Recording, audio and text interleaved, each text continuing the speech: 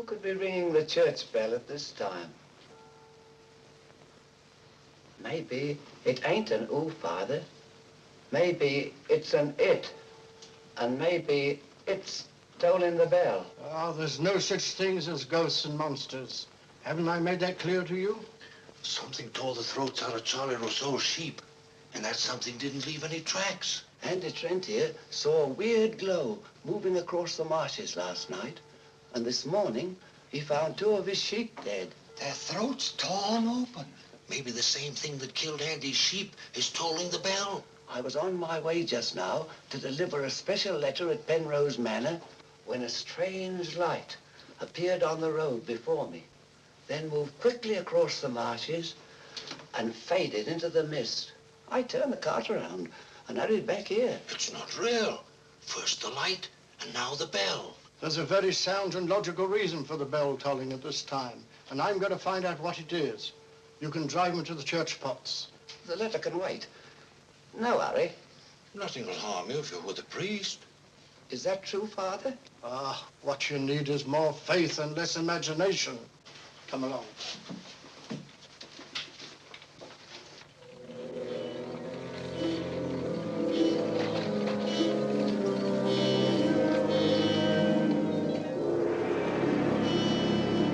I'd better deliver that letter to the manor. I'm sure it's important.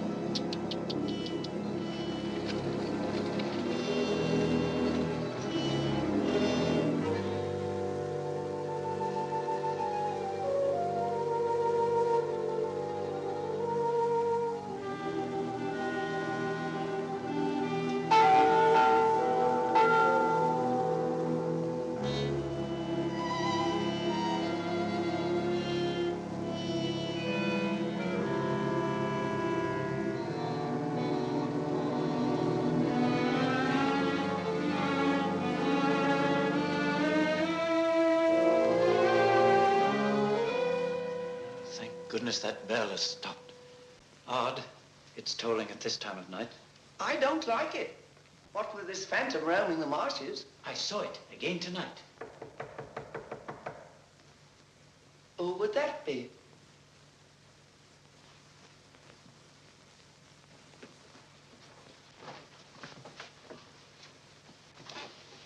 Where's Lord Penrose? He's gone to Quebec. Get him on the phone immediately. What's happened, Father? Lady Penrose, dead, clutching the bell rope, calling for help. It was dreadful. Her ladyship. Call Sergeant Thompson at the police station. Ask him to come to the church immediately. Come with me, Potts. I'll need you. Yes, Father.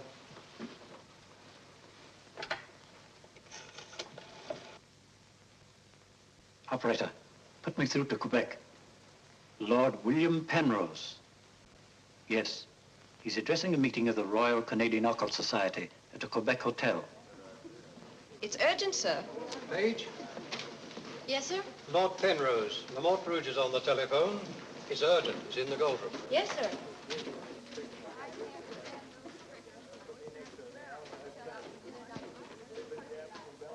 Gentlemen, as you know, the greatest obstacle in proving the authenticity of the occult lies in finding facts. However, if the facts are there, even the most hardened skeptic, provided it has an open mind, must finally acknowledge the actual existence of the supernatural. Do you admit that, Mr. Holmes? Facts are always convincing, Lord Penrose. It's the conclusions drawn from facts that are frequently in error. Yes, in the case of the Hound of the Baskervilles, as well as in the adventure of the Sussex Vampire, we found Watson, please. Oh, sorry. Well, gentlemen, this time I have facts. Cold facts. Many years ago, 100 to be exact, an apparition appeared at night in the village now called La Mort Rouge. The following morning, 3 people were found dead, their throats torn out, hence the town's rather grim name. Interesting, yes. But facts, no. I hardly think the tales of superstitious peasants can be considered... I haven't finished, Mr. Holmes. La Mort Rouge has again been the scene of these strange and unexplainable occurrences. Unexplainable, that is, from your point of view. Several of our most responsible citizens have actually seen the strange apparition on the marshes at night. And next morning, sheep were discovered... with their throats torn out and no traces of the killer anywhere to be found. Oh, you read about it in the papers. Oh, as a matter of fact, I haven't. It was merely a deduction. A rather obvious one, I'm afraid. Deductions are a weakness of mine, as Dr. Watson can tell you. Would you believe it? Holmes can... Well, those are facts, Mr. Holmes. Ignore them if you can. But it's very urgent, sir. Okay, well, go ahead. Thank you. I never ignore facts, Lord Penrose. And I have no doubt that the incident of the sheep with their throats torn out is unquestionably a fact.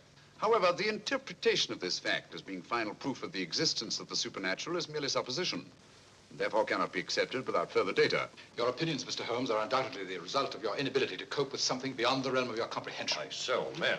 I'm sorry, John, but this ridiculous skepticism... Yes, what is it, my boy? La Mort Rouge on the telephone, sir. Very urgent, my lord. Excuse me, gentlemen. I'm afraid, Lord Penrose... It's quite understandable, Sir John. Lord Penrose is deeply entrenched in his beliefs. That's his privilege. Oh, hang it all, Holmes. The fellow was positively rude. Well, shall we see a little overwrought, Watson? I'm leaving immediately.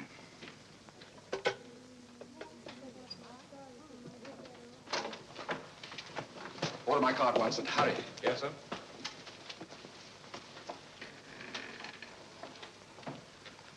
Gentlemen, my wife has just been found dead. Her throat torn out. In exactly the same manner as the sheep. This is terrible. I say, you don't think that it's... Undoubtedly, Mr. Holmes, you would call it murder by person or persons unknown. I'm sorry. If I can be of any assistance... Thank you, no. I'm afraid the happenings in La Mort Rouge wouldn't interest you, Mr. Holmes. Under the circumstances, I think we should adjourn. Yes, indeed, Sir John. Holmes, what a terrible fact. Now, Sir John, would you be good enough to convey our condolences to Lord Penrose? Yes, I'd be glad.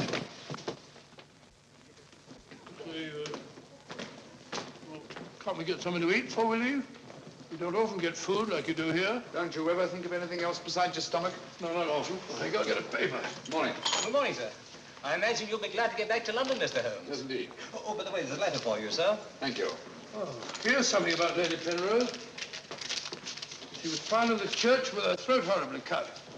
Evidently dragged herself from the marshes nearby and tried to summon help with a bell rope. What's it? What is it, Holmes? Listen to this, Watson. Huh? My dear Mr. Holmes, I've every reason to believe my life is in danger. Yet, if you were to ask me how I know, I couldn't give you a logical answer. There is nothing tangible, yet like a Terrible premonition. It is all so frightfully real. I heard of your being in Quebec, and I'm turning to you, a stranger, and asking your help in the frantic hope that you'll not fail me. Oh, who's it from? It's signed Lillian Penrose. Lady Penrose? A letter from the dead woman? Well, what's it mean, Holmes? I should say that Lady Penrose lived in fear of her life. Some secret hidden in her past, in all probability. Oh, perhaps it isn't as simple as that. What if Penrose is right? I'm glad we're going back to London. Things like that can't happen in Baker Street. More's the pity, Watson. Huh? Do you know a village by the name of La Rouge? Yes, sir. It's about 12 miles from here, up towards the falls. Thank you. Great Scott, Holmes. You mean you're going to take on the case? Quite. Telephone the airport and cancel our reservations, will you? Certainly, sir. Consider, Watson, the irony, the tragic irony. We've accepted a commission from the victim to find her murderer. For the first time, we've been retained by a corpse.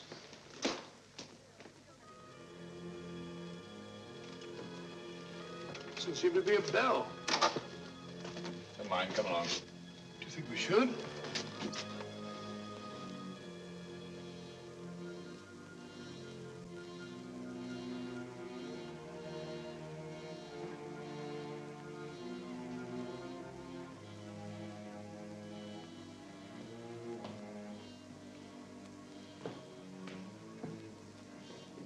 What a cold, cheerless-looking room.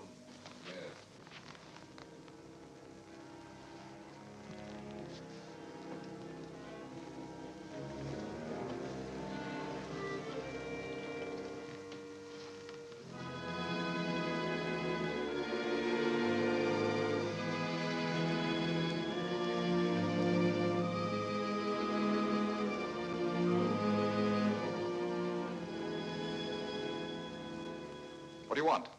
Who are you? Mr. Sherlock Holmes. I apologize for this intrusion. Would you mind, gentlemen?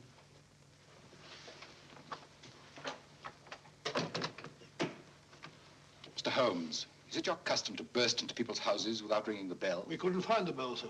If you've come here to use the death of my wife to prove your theories, I must ask you to leave. Penrose. I received this letter from Lady Penrose this morning.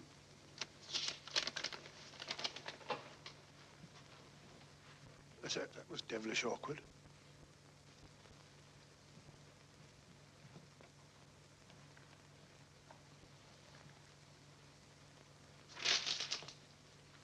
I'm afraid you're a little late, Mr. Holmes. My wife's dead. And I've come here to find her murderer. You might have saved yourself the trouble.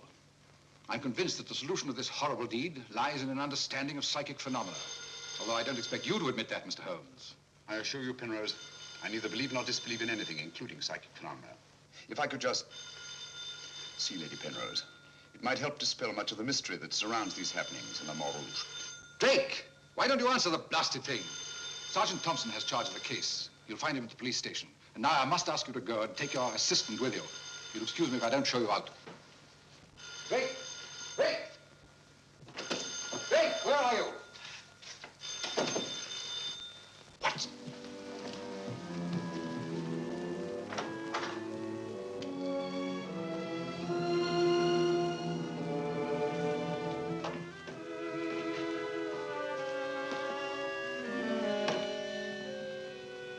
Holmes, I've seen her before. Right, Watson, you have. Yes, but where? Never mind that now. You must examine the wound before Penrose returns and has us thrown out of the house. Clumsy job. Just missed the jugular vein. It must have bled to death. And it bled for several hours, eh? Possibly more. Long enough for Penrose to leave Le Rouge and reach Quebec in time for the meeting? Holmes, you don't suspect I Penrose? suspect nobody, Watson. I was just asking a question. I beg your pardon, gentlemen. There is another who desired the death of her ladyship. I saw it last night in the fields, moving in and out of the shadows. You're the butler, aren't you? I was the butler. I've given notice.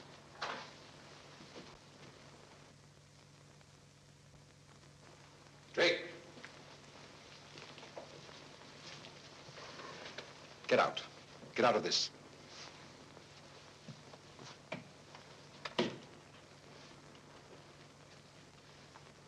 trust you found what you were looking for. Two things have been made clear to me, Penrose. That your wife was murdered and that she's Lillian Gentry.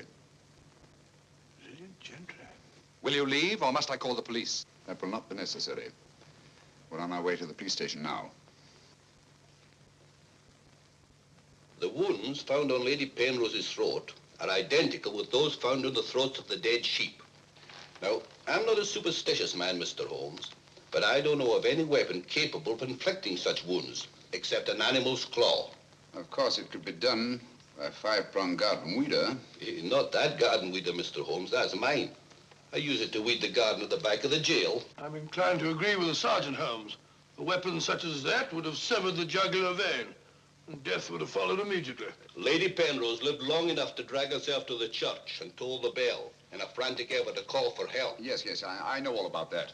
But there must be some logical motive instead of all these goblins and monsters. Sergeant, have you ever heard of Lillian Gentry? No. No, I can't say that I have, Mr. Holmes. She was a famous actress who came to America some time ago. She appeared for many years in the United States and Canada. Then suddenly she disappeared. Her disappearance was never explained, and she was soon forgotten. But what's the connection between Lillian Gentry's disappearance and the death of Lady Penrose? Lillian Gentry and Lady Penrose are one and the same person. The same person? Precisely. One more question, Sergeant. Do your files show anyone with a prison record living in La Rouge? No, Mr. Holmes. The only person having any connection with a prison is Emile Journet. He came here 2 years ago with his daughter and bought the hotel. He was a guard at Talon Prison. Thank you, Sergeant. I hear there are a lot of prairie chicken in these parts. I'd like to have a bag of them someday. I think that can be arranged, though. Yes, we can stop over at the farmyard and you can shoot all the chickens you want. That's all very funny, Holmes. Here you are, old fellow. We're going to engage rooms at Monsieur Journet's hotel. Landlord! I say landlord!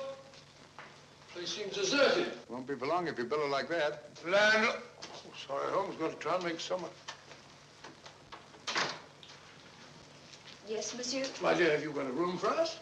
Yes, monsieur. Good. Sign here, please. I'll sign for us both. Oh, thank you. You seem very young to be in charge here. Yes, monsieur. You are Mademoiselle Journet? Marie's your name, monsieur. My dear, you've been crying. Why? Papa's going away. Oh, come now. Is that such a tragedy? Did you cry if your papa were going away, Watson? I don't believe so. This way, monsieur. Bring your bags, please. Yes, of course. Wouldn't I be unhappy if my father went? Seen my father for years. Father died about 20 years ago in Cheltenham.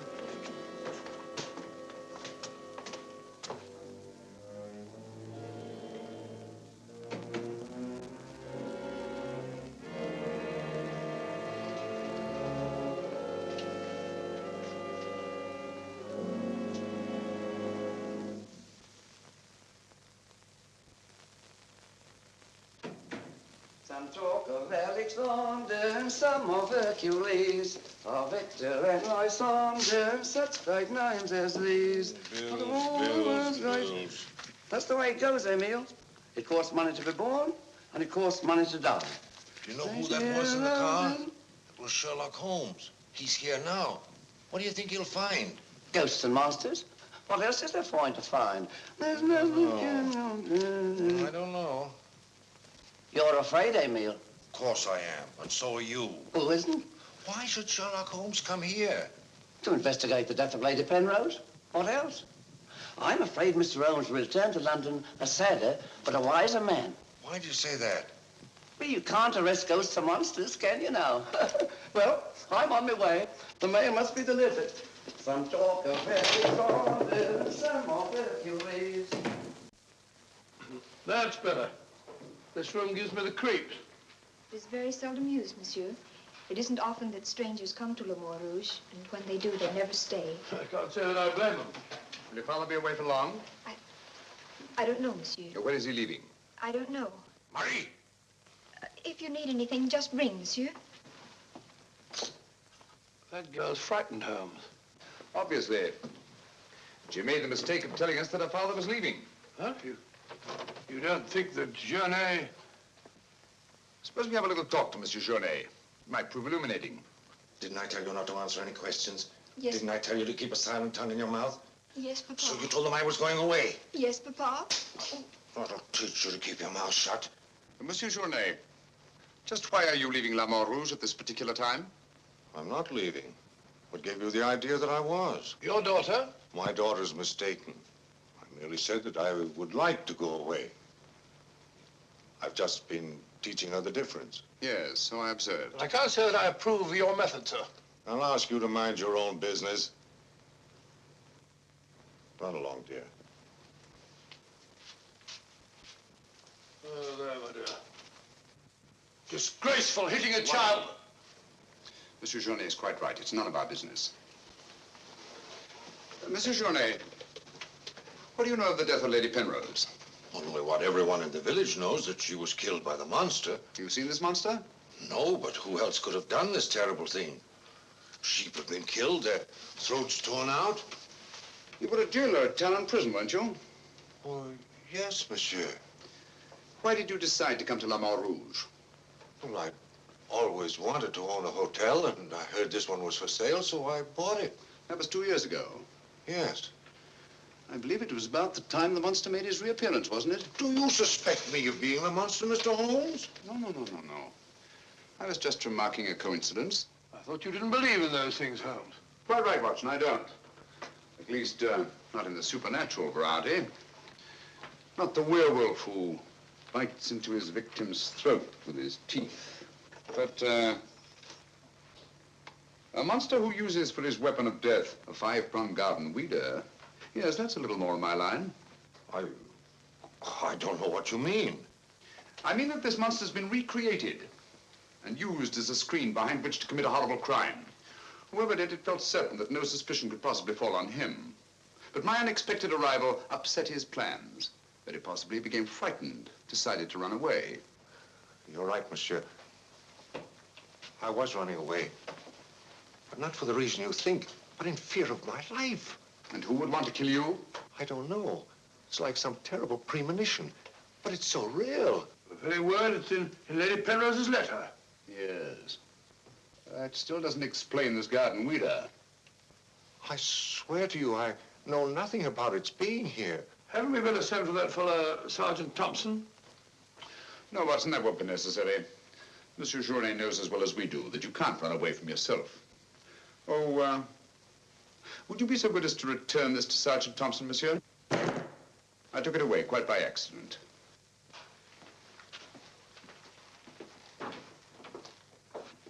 Monsieur Journet knows as well as we do. You can't run away from yourself. This fellow Journet seems a very frightened chap. Do you think he'll have any connection with Lady Penrose's murder? Time will tell us many things, Watson. And now, my dear fellow, there's something you can do for me, if you will. Anything, Holmes? I knew I could rely on you. I want you to mingle with the people in the cafe tonight. Find out all you can and keep a particularly sharp eye on Journet. But you sort of take over the case. That's right, old boy. I want to get a good night's rest before starting out again in the morning. Oh, and incidentally, make yourself as inconspicuous as possible, will you? Inconspicuous? You can depend on me.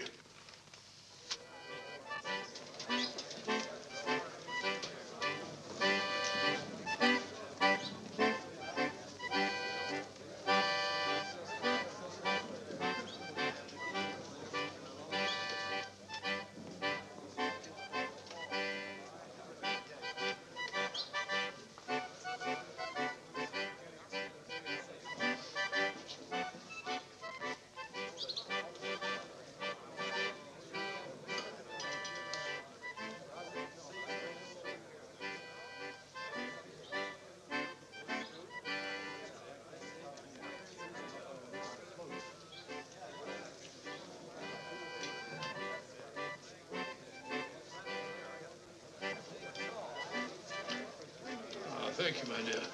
I'm glad to see that the tears are all gone. You feeling better?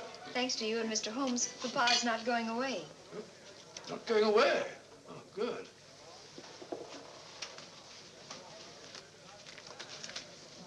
Journey, not going away. There are many phases of the supernatural, Mr. Drake.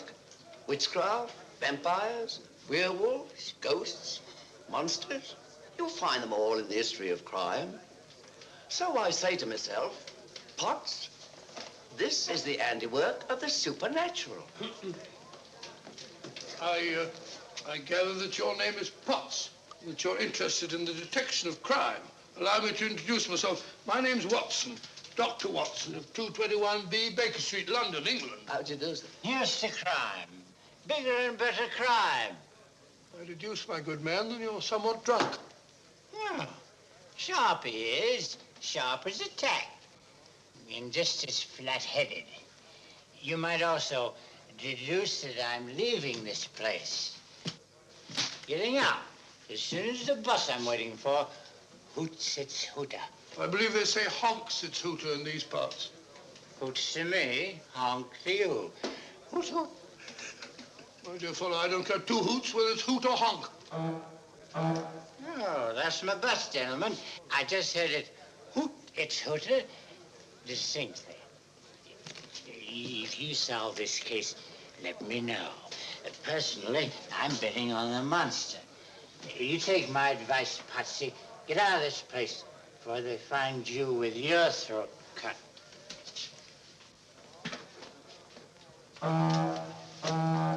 Hoots its hooter.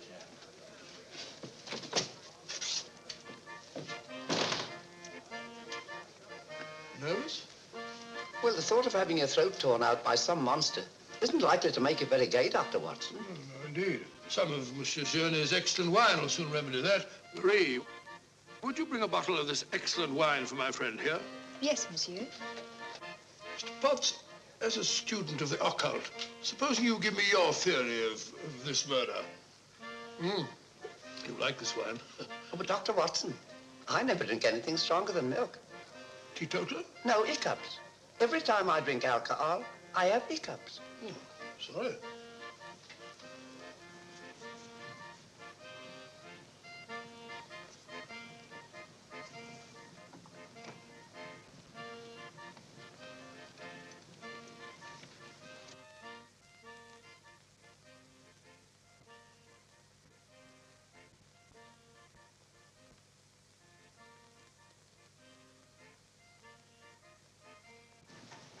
Mr. Holmes.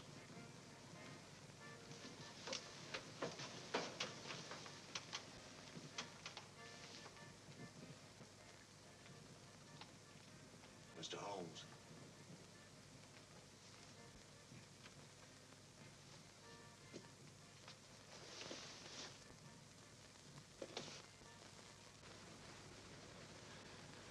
This circle is where the murder actually occurred. Yes, Mr. Holmes. There's a footpath just beyond the church which leads across the marshes. Follow it for half a mile and you'll be there. Thank you, Sergeant. I'm sure I'll find it. Mr. Holmes, I wish you'd let me go with you. It's dangerous on the marshes at night. These swamps, one false step... I'm sorry, Sergeant, but it's important that I go alone. I'll keep close to the path. Well, will Dr. Watson be going with you? No, Sergeant. I asked him to do some research work of his own, and by now he's probably magnificently involved. Good night. Good night, Mr. Holmes.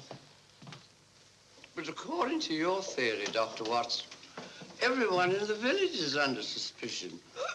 Pardon me. It's quite all right. Oh, thank you. Murder is a very interesting study, gentlemen. I well recall a short story by that brilliant author, G.K. Chesterton, in which the murder is committed by a postman. I refer, of course, to the Invisible Man, a brilliant bit of deduction on the part of Father Brown. I'm a postman. Precisely why I mentioned it, to illustrate the absurdity of assuming because one man in a postman's uniform is a murderer, any other man in the same uniform should be suspected. Thanks. Had me worried for a minute. Oh, Philistine, flabbed it up. A child can see that this ridiculous monster has got you all afraid of your own shadow. I saw Lady Penrose. I wouldn't like it to happen to me. I'll be getting on. I'm going with you. Good night, Doctor. Good night. It's quite all right.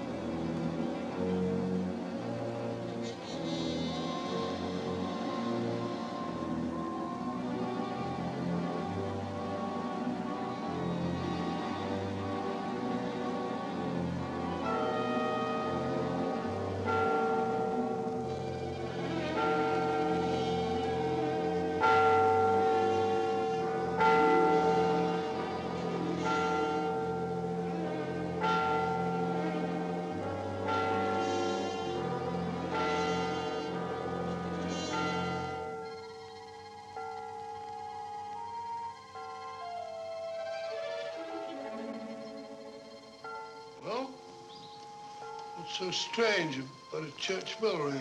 It rang the same time last night.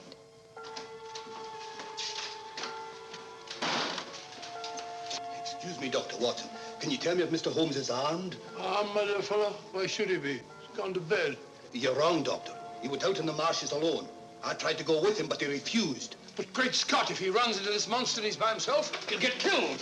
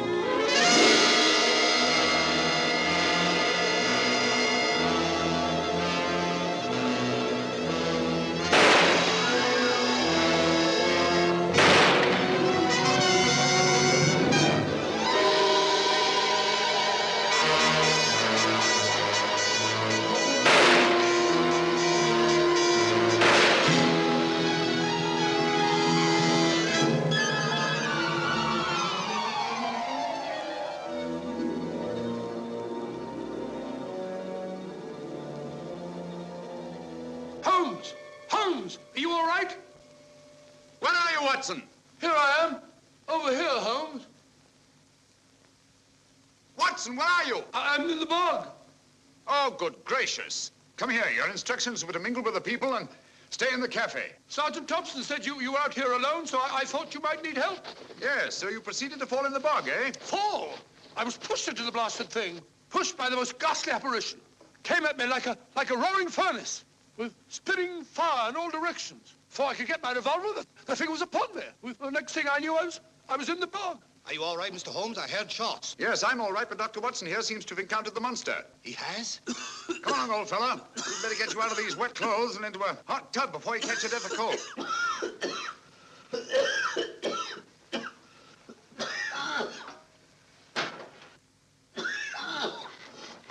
Yeah, you've had enough of that.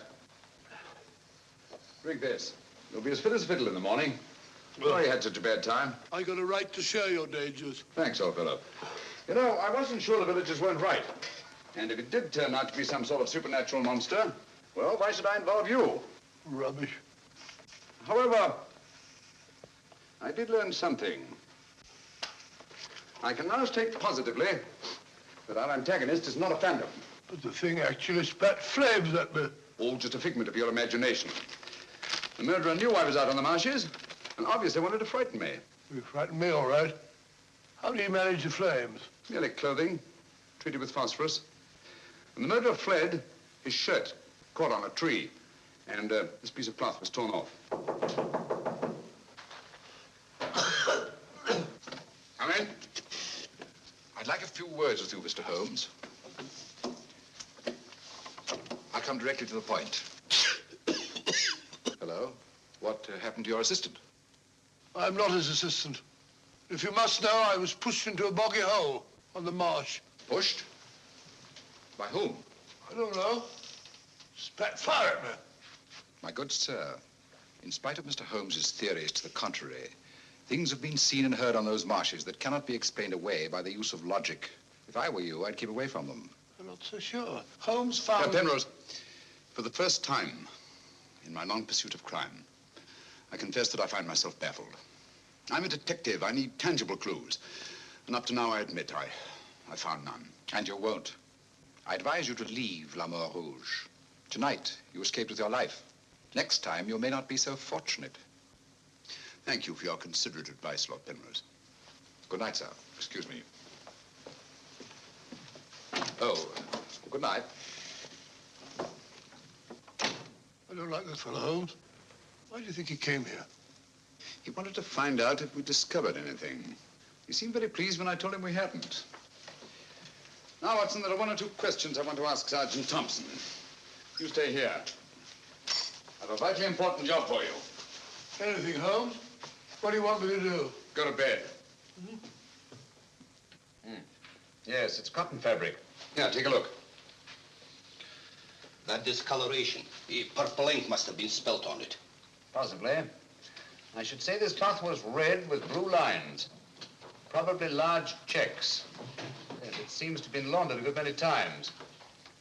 The blue lines are almost completely erased. Yes, you can scarcely see them. Good fabric, well woven with a solid base.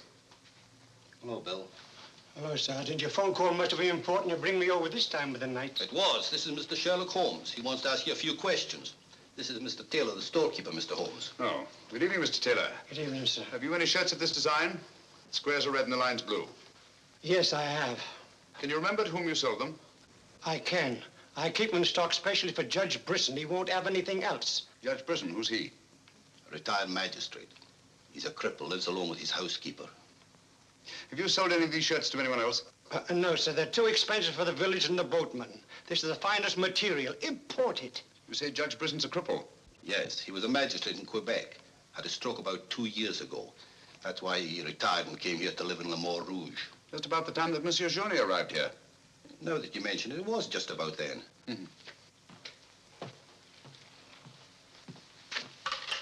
Hello, operator? Give me Judge Brisson's home, will you? Thank you.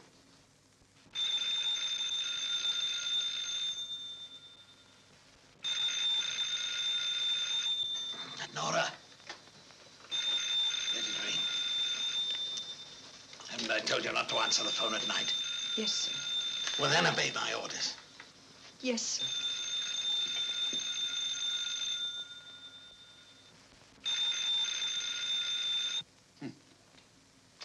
No answer. Where'd you live? On the Marsh Road. But I don't advise you to go there after dark, Mr. Holmes. The place is a fortress and guarded by a savage dog. I think Dr. Watson and I will have to pay Judge Brisson a visit in the morning. Good night, gentlemen. Good night, Mr. Holmes.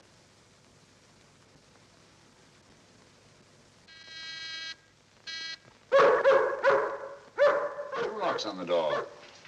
One of them new. Yes, I should say that Lady Penrose's death had increased Judge Brisson's terror. Don't like the sound of that dog. No, sounds hungry. Possibly ravenous.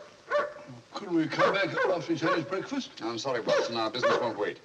Oh, stop now. Yes, Watson.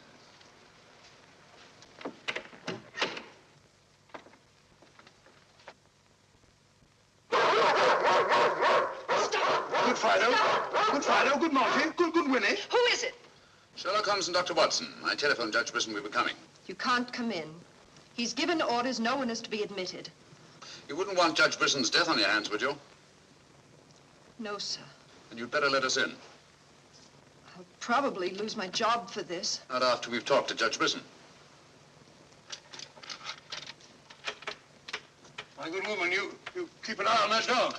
Oh, don't worry, Watson. You know as well as I do. The dog won't touch you if you're with its master or mistress. Well, you know it and I know it. We're quite sure the dog knows it. Good dog. Happy dog. Nice, Winnie. Good Winnie. Good Winnie.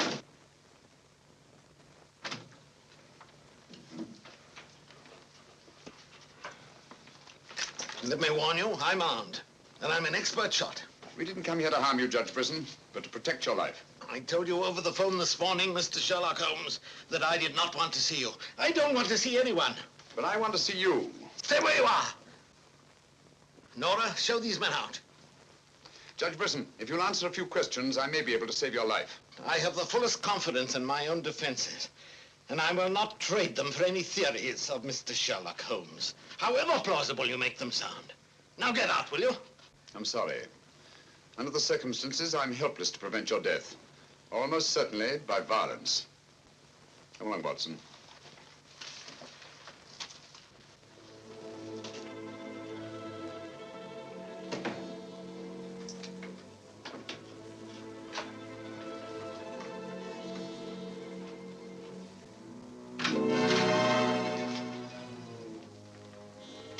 Pardon me. May I trouble you with that envelope? I must have dropped it.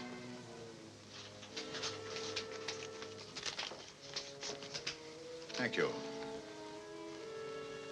You're a very clever man, Mr. Holmes. A crude device, Judge Brisson, but it's confirmed my suspicions that you're not the cripple you pretend to be. I'm sorry. But I'm frightened of everything and everybody. Why don't you sit down? You want to get shot, Holmes? Come in, Watson, and close the door. Sit down, old fellow. Judge Brisson has decided not to shoot us. Oh, very kind of him. Gentlemen, this fear's driving me mad. It's quite understandable. The whole village seems to be consumed with fear. But in your case, judging from your vicious dog, those barred windows, and that hunting rifle, it's not fear of the supernatural. Just what are you afraid of? Well, truthfully, Mr. Holmes, I don't know. And yet I feel its very presence. At times, I feel I can almost reach out and touch it. When I first came to La Mort Rouge, I had a slight attack. It affected my legs, but, well, I've recovered. And you've continued the deception, using the wheelchair as an excuse for not going about the village. Well, you see, people would be more inclined to accept my hermit-like existence. Yes, naturally. Tell me, Judge Brisson, had you ever heard of Monsieur Journet before you arrived at La Mort Rouge? No, I hadn't. How many of these shirts has your housekeeper purchased for you? Oh, 4 or 5. I'm not positive. You still have them?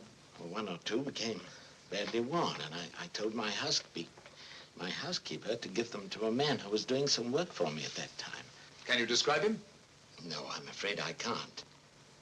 That was about a year ago, you see, and, well, I didn't pay much attention to him. He worked in the garden. Could your housekeeper remember him? No, that was a different housekeeper then. She went to the United States. Try to remember, Judge Brisson. Your life may depend on it. I do remember one thing. He had a very slight limp. I used to watch him from that window as he walked across the lawn. Splendid. Continue your vigilance, Judge, and under no circumstances allow anyone to enter the house, even someone you may know well. What's that mean, Holmes? It may mean nothing, Watson, and it may mean everything. I'm quite sure that Sergeant Thompson will have observed a man with a limp in a village the size of La Mort Rouge. Good day, Judge, and thank you. Good day, sir. I'm sure Sergeant Thompson will have observed a man with a limp in a village the size of La Mort Rouge.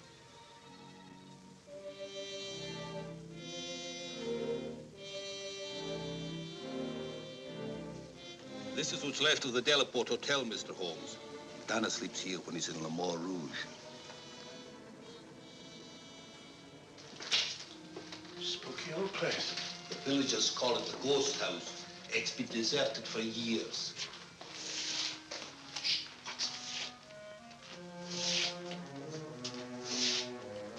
He walks with a limp. The left foot, I think. To the trained ear, Sergeant, footsteps have a characteristic rhythm as identifiable as fingerprints.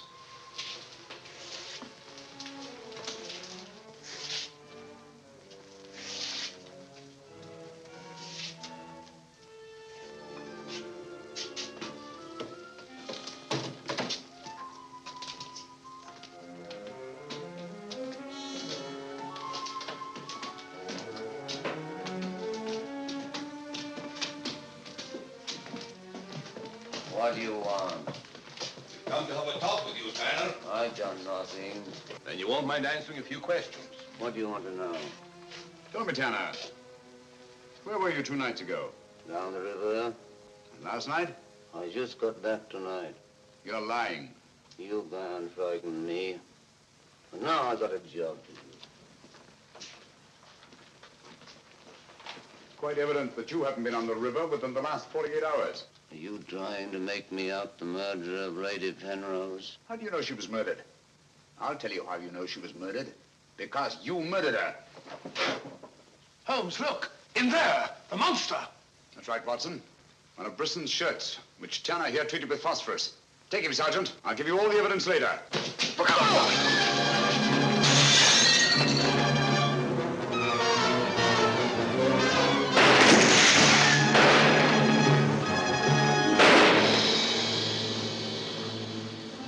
You got him, Sergeant. I'm sure of it. Come on.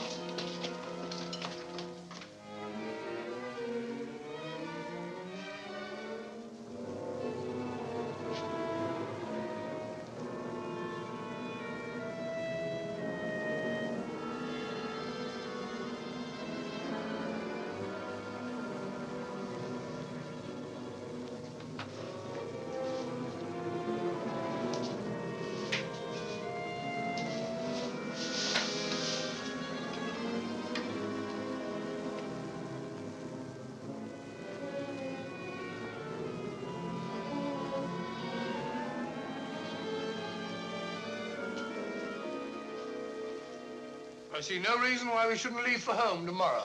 So much for tomorrow. But for tonight, what do you make of this, Watson? I found it in Tanner's room. Just a photograph? That's right, old boy, just a photograph. You notice anything else about it? Part of it's missing. Bravo, Watson.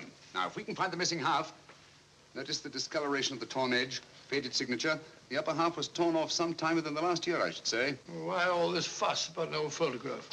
Watson, have you ever stopped to think that the science of detection is very much like stringing a handful of beads? I can't say I have. Well, it is. And in this particular case, you might say that I have 5 beads. Journée, Brisson, Tanner, Lord and Lady Penrose. So far, I haven't had any thread to string them together. This, gentlemen, is our thread. And I think I shall start with Lady Penrose. But Lady Penrose is dead. The dead can tell us many things, Sergeant. You and Dr. Watson remain here at the hotel. I'll meet you later. I'm sure you got Tanner, Sergeant. But Mr. Holmes is never satisfied with a dead criminal. He has to sit in on the post-mortem. Come along. Let's go downstairs and celebrate the death of the monster. That's a good idea, Doctor.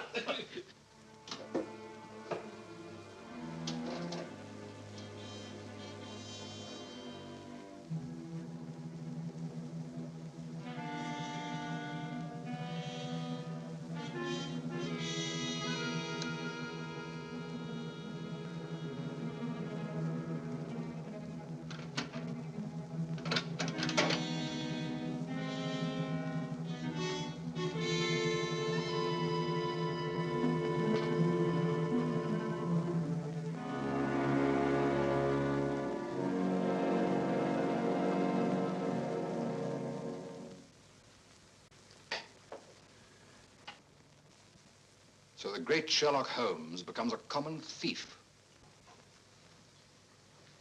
You realize, of course, that I might have shot you. I knew that you'd refuse to see me, so naturally I had to take that chance. Tell me, who is Alistair Ramson? What has he to do with your being here? Perhaps this will explain. Found the lower half in a room occupied by a boatman named Tanner. The upper half was in Lady Penrose's safety box. Alistair Ramson murdered a fellow actor in my wife's company. He was sentenced to life imprisonment. The whole thing was a great shock to her. So she retired from the stage and you married her shortly after? Yes. Where and when was this murder committed? In Quebec, 5 years ago. Ramson was shot 3 years later trying to escape from Talon prison. His body disappeared in the St. Lawrence. Was it ever recovered? I don't believe so. Penrose, Alistair Ramson and Tanner are one and the same person. What? It was he who sent the upper half of that photograph to your wife as a warning. What could my wife have in common with a murderer? Yet he killed her. He killed her? Yes. The monster was none other than Tanner himself. We found a shirt impregnated with phosphorus in his room. Tonight, when we faced him with the evidence of his crime, he bolted and jumped out of the window into the river. Sergeant Thompson fired a couple of shots at him. He's dead? In a way, yes. I don't understand. Tanner is dead only because he was discovered, and had therefore outlived his usefulness to his creator. But I'm afraid that Alistair Ramson, the actor, who created and played the part of Tanner, is very much alive. But surely, now that you know who the murderer is, the police... It's not quite as simple as that. During the time he's lived here, Ramson has undoubtedly established another character for himself, perhaps several others, who are by now familiar to the people of the town of Le Mans Rouge and quite above suspicion. He could be almost anyone in the village. He may even have been your butler, Drake. This is fantastic.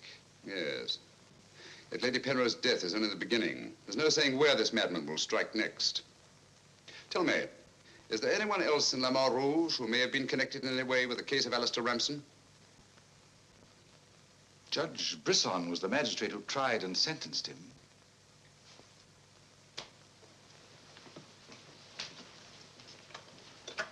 Operator? Operator, give me Judge Brisson's home. It's urgent.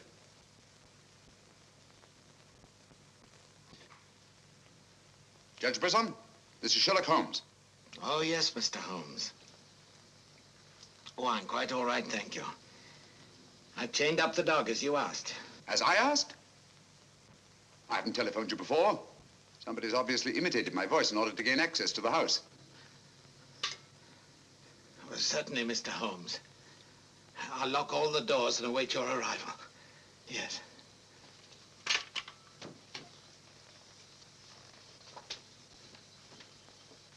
Nora! Nora! If I can be of any assistance, Mr. Holmes. Thank you, but I'm afraid... You think Judge Brisson's life's in danger? I only hope I'm in time to prevent a second murder.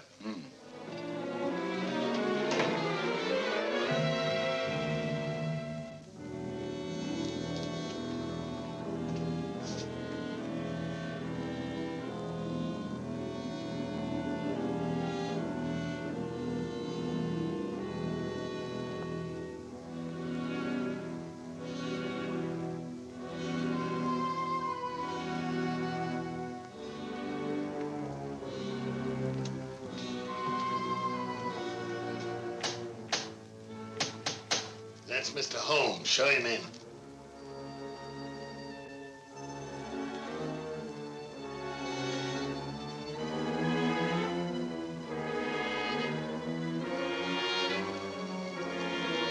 Hurry up, hurry up.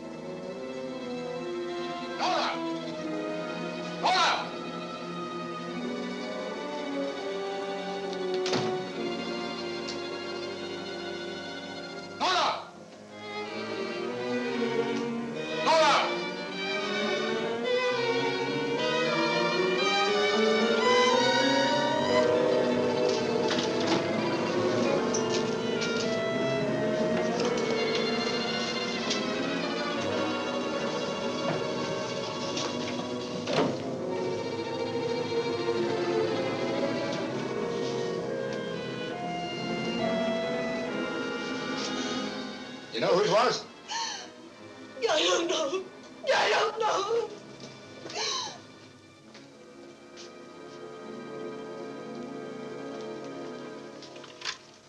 Hello?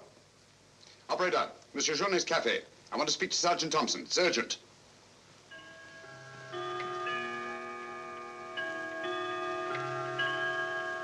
Sergeant Thompson, this is Sherlock Holmes. I'm at Judge Brisson's. He's been murdered. Judge Brisson's been murdered. Judge Brisson? The murderer gained access to the house, gagged and bound the housekeeper, then disguised as Nora, murdered Judge Brisson.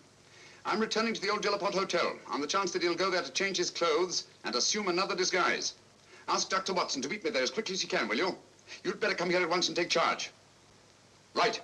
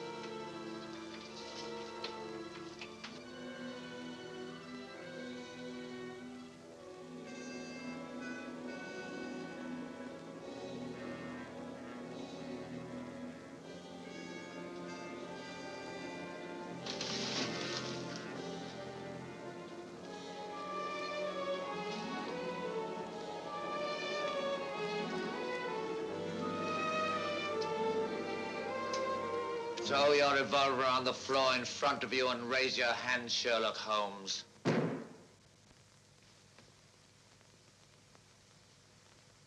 I should have thought you would have felt more at home in the spotlight.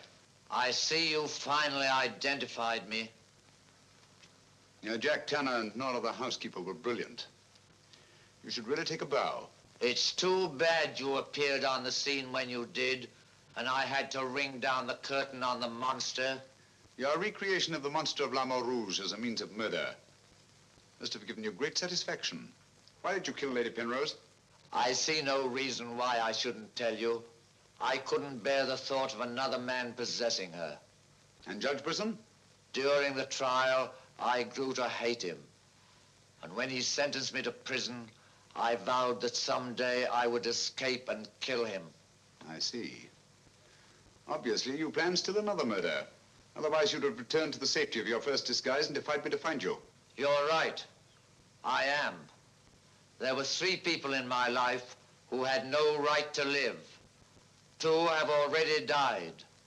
The 3rd remains. Tonight, I shall kill him. Mr. Holmes, I've always had the greatest admiration for your talents. Thank you. Your performance in this case has also been brilliant. So brilliant that I'm afraid I'm going to have to ring down the curtain on it a bit prematurely. Mr. Ramson, we are artists in our fashion, not creatures skulking in alleys. If our positions were reversed, I shouldn't think of sending you to your death, lacking a few stray pieces of the puzzle. What do you want to know? The name of the 3rd person. I have no objection. If there is a hereafter, which I doubt, you and he will meet very soon, Mr. Holmes. The name of the 3rd person is...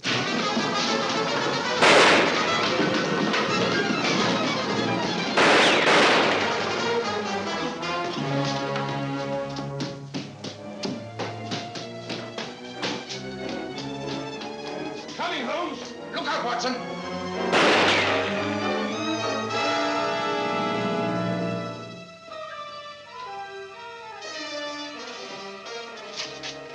All right, Watson. Where is he, Holmes? He's gone. Thank heavens you're safe. Thank heaven you came and you did. There it is, Watson. Look out.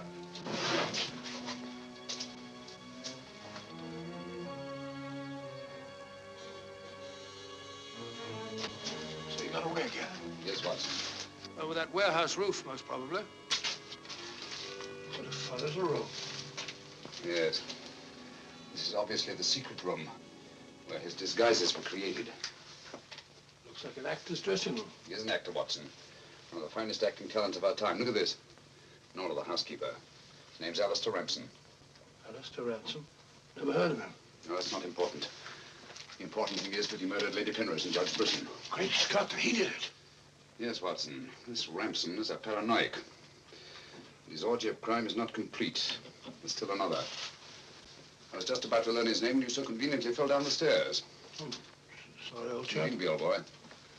You saved my life. Look at this, Watson. Tanner. Tanner? Where do you think he'll strike next? Obviously, Journet is to be his 3rd victim. Journet? Yes, Watson.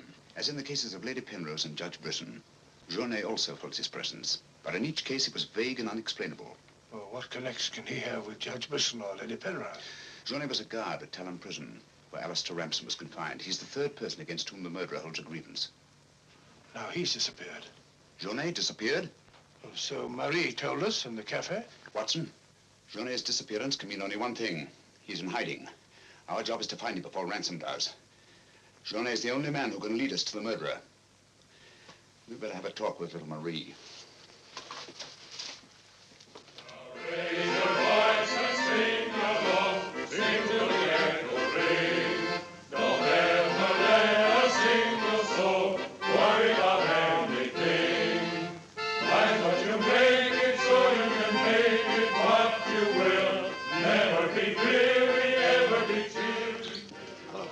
Have you seen Marie? No. Have you seen her? Can't say I have.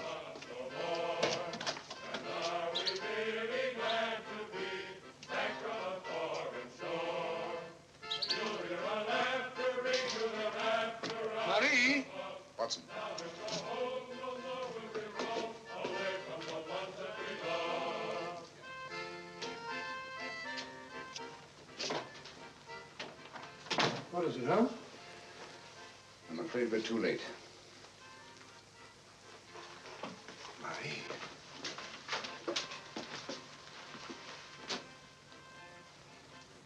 Don't touch anything, Watson.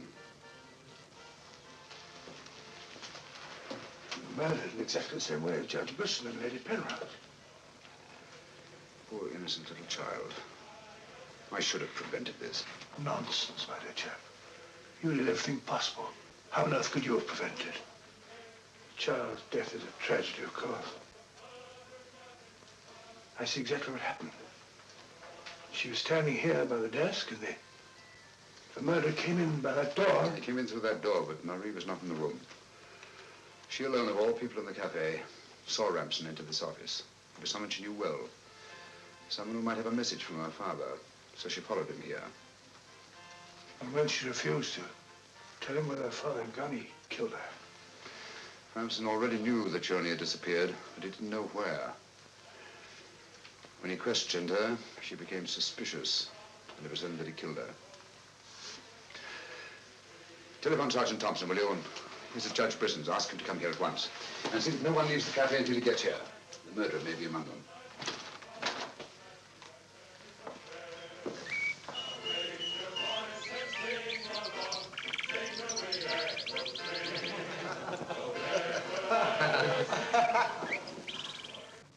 What could happen to Holmes? He's been away all day. It's very unfair of him keeping me in suspense like this. He knows how worried I become. He continues to do it, and do you know why? He actually enjoys making me miserable. Half a mo.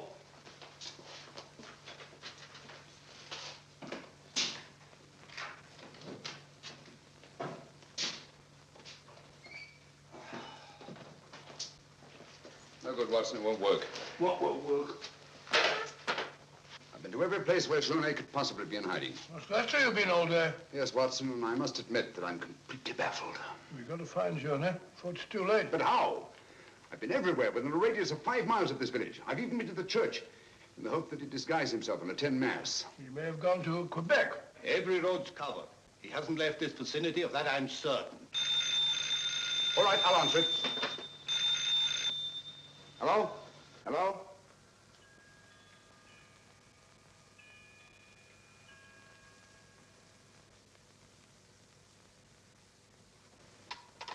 Who was it, Holmes? Watson, get your hat and coat. You're very rude, Holmes. You leave me all day long with that very dull inspector. I ask you a perfect polite question, and all you say is, Watson, get your hat and coat. We're going to find Journey. Sergeant, you wait here till I call. Watson, do this. Watson, do that. Watson, get your hat and coat. Watson, speak up. Watson, do that. Brisson's house. Watson, this, Watson. It's my opinion that Judge Brisson's house is the last place that you'll find Journey. Put yourself in Journey's position, Watson. Where's the most likely place that Ramson would look for you? Certainly not in the very house in which he's just killed one of his victims.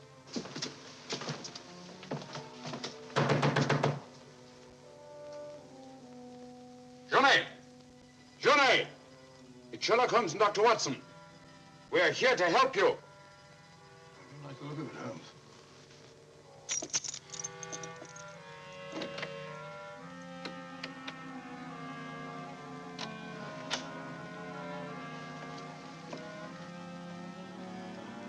Holmes! Holmes! Where are you? Here I am, Watson.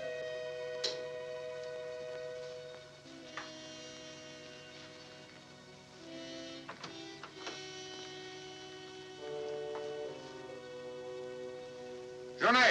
What do you want? We've come to help you. How did you know I was here? When you called your hotel just now, I answered the telephone. The chimes of Brisson's clock here merely confirmed what I already knew. You must return with me to the cafe at once. I'm not leaving this house. The murderer's waiting out there in the marshes to kill me the moment I leave here. Naturally, but first he must have the opportunity. If you return to the cafe, he'll have that opportunity. It's the only way we have to apprehend the murderer. What if I refuse? Journey, what I have to say to you is not going to be easy. Marie... What? Murdered. Now you know why you must return. This fiend must be brought to justice. Justice? This monster kills my poor innocent child, and you talk of bringing him to justice. Will that compensate me for the death of Marie? If it's the last thing I do, I'll kill him with my own hands. Can't take the law into your own hands. Once you've returned to the hotel, he'll make an attempt on your life. Then we'll get him. How will we know who he is? We already know. It's his disguise that we haven't penetrated. Who is he? Alistair Ramson. Recognize the name? He attempted to escape from Talon prison when I was a guard there. Journey, if you don't want to remain in hiding for the rest of your life, you must return to the hotel and help me to put an end to this monster for all time. Come, let's go. Good. Put an end to him. How are you going to do that, Holmes? I'll tell you both about it on the way to the hotel. So you're really leaving, Doctor? Yes, Sergeant. Gentlemen, Mr. Sherlock Holmes and I are leaving immediately for London. It's extremely regrettable that the murderer has escaped us, but all our cases cannot be crowned with success. I'm extremely sorry, gentlemen. Have you no idea where this fiend has gone? Mr. Holmes is of the opinion that he's escaped across the border to the United States. It may be years before we can trace him, if ever. Oh, Jenny, just a minute. Our bill, please. Bill? Yes, Mr. Sherlock Holmes and I are leaving immediately. Oh, I'm sorry, Dr. Watson. I'm just on my way to the church to offer a prayer for Marie. I'll forward your bill to you. Yes, of course, my dear fellow. I understand. We'll leave our address at the desk. Goodbye, Mr. Potts. It's been a great pleasure knowing a man of your intelligence. Thank you, Dr. Watson. It has been most stimulating talking to one of your vast experience. Oh, thank you. Let's hope that we shall meet again someday and continue our little chats on crime. It would be most exciting. Oh, by the way, Mr. Holmes would like to see you for a minute in his room. Yes. I'll show you where it is. It's the second room on the right up there. Thanks. Emile, it's me, Potts. Do you mind if I walk part of the way with you? It's a bit frightening out here. It's these marshes. This is almost the very spot where Lady Penrose was attacked. 3 deaths in 3 days. It's a pity Marie had to be killed. She was such a sweet child. 3 deaths in 3 days. And still one more to be accounted for. You were frightened, Emile. It's strange to see you showing fear. The man I hated at Talon prison. Ramson!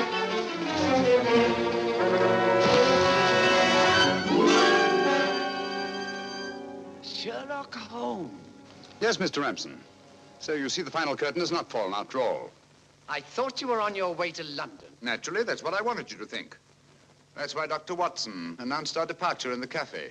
Journey's leaving was purely bait to bring you into the open. I merely replaced Journey once he was outside on the street. May I say, Mr. Ramson, that your disguise as a postman was a masterpiece of ingenuity. Your very choice of the role put you above suspicion. It was quite easy. I simply disposed of the real Mr. Potts after he had passed his civil service examination and had been assigned to La Moor Rouge. You realize, of course, that you'll never hand me over to the police alive. It's not my function to be your executioner. My duty is to hand you over to the authorities, which I fully intend to do. You're an optimist, Mr. Holmes. No, not necessarily. We're surrounded by police awaiting my signal.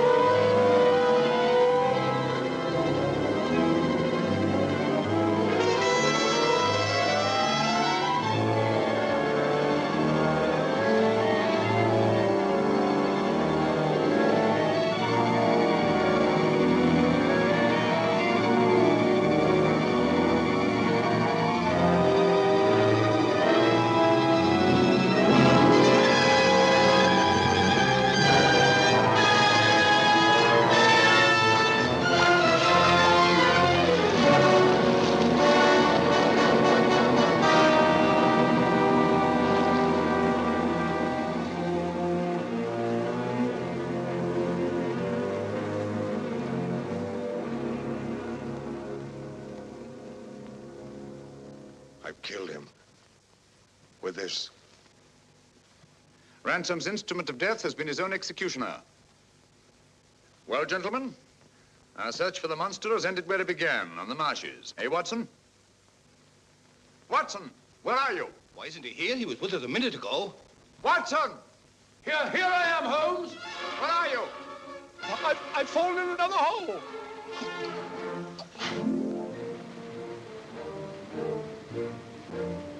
I should like to have seen a bit more of Canada before we sailed, Holmes.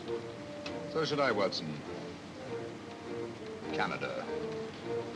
The linchpin of the English-speaking world, whose relations of friendly intimacy with the United States on the one hand, and their unswerving fidelity to the British Commonwealth and the motherland on the other. Canada. The link that joins together these great branches of the human family. Churchill say that? Yes, Watson, Churchill.